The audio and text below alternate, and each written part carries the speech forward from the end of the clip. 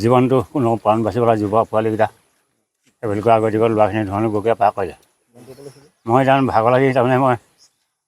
ঘৰত চকীখনলৈ বহি দিবলৈ গালোঁ ঘৰৰ ভিতৰতে উপায় নাই মই বুঢ়া মানুহ কি কৰিম উপায় নাই পানী এতিয়া ভিতৰত হৈছে গা হৈছেগৈ এতিয়া অসুবিধা হৈছে ল'ৰাকেইটা চাং পৰি আমাৰ গাঁৱৰ বহুতখিনি মানুহ আছে বহুতখিনি মানুহ আছে এতিয়া আপোনালোকে গৰু ছাগলী ক'ত ৰাখিছে এই মঠাইত ৰাখিছোঁ এই মঠাইতে আছে আপোনালোকে ক'ত আছে মই যে এই ঘৰত এই চাঙতে আছোঁ আৰু এতিয়া গধূলি কিনি ইয়ালে আলিয়ে গুচি আহিব লাগিব নেকি ভাবিছোঁ একদম চাং তাং এৰি পানীকৈ বিচনা লৈ বাঢ়ি আছে হা নাই কোনো নাই আপোনালোকে জাষ্ট আহিছে আপুনি ফাৰ্ষ্ট আহিছে আৰু নাই সেইবাবে মই বহু কথা চিন্তা কৰি ভাবি আছোঁ আপোনালোকে আহি পাব নেকি কিবা এটা হয় আমি দুই বুঢ়াবোৰে ওলাই আহিলোঁ আৰু সেই ল'ৰাকেইটা চাঙতে থৈ ল'ৰাকেইটা নামাই সিফালে ফালে সিজনক সহায় কৰি আছে তাকে ল'ৰাকেইটাক কৈছোঁ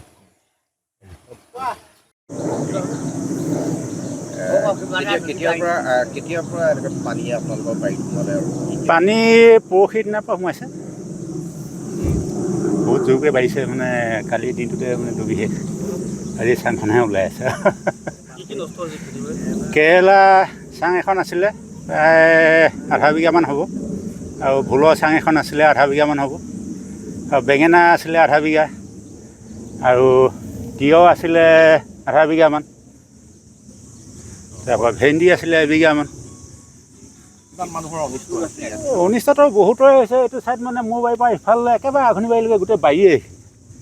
এইফালে অকণমান কম হ'লেও এইখিনিৰ পৰা আকৌ ইফালে আছিলে চাপৰিত সেইখিনিও বৰিলে সেইখিনি কমচে কম 20 পুৰামান খেতি ডুবিছে ইয়াত লোকচান হিচাপটো এতিয়া আমি কেনেকৈ হিচাপ কৰিম ঘৰ দুৱাৰ মানে সেই বাৰী ঘৰ আছে আৰু এনেকৈ পৰিয়াল থকা ঘৰ নাই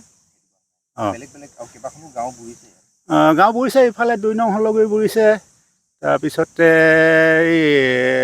চহৰীকটা মাজুলী বুলি কয় এই মাজুলী গাঁওখন বুৰিছে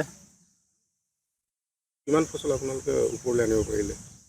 ফচলটো আমাৰ তেনেকৈ নাই প্ৰথম হৈছে আৰু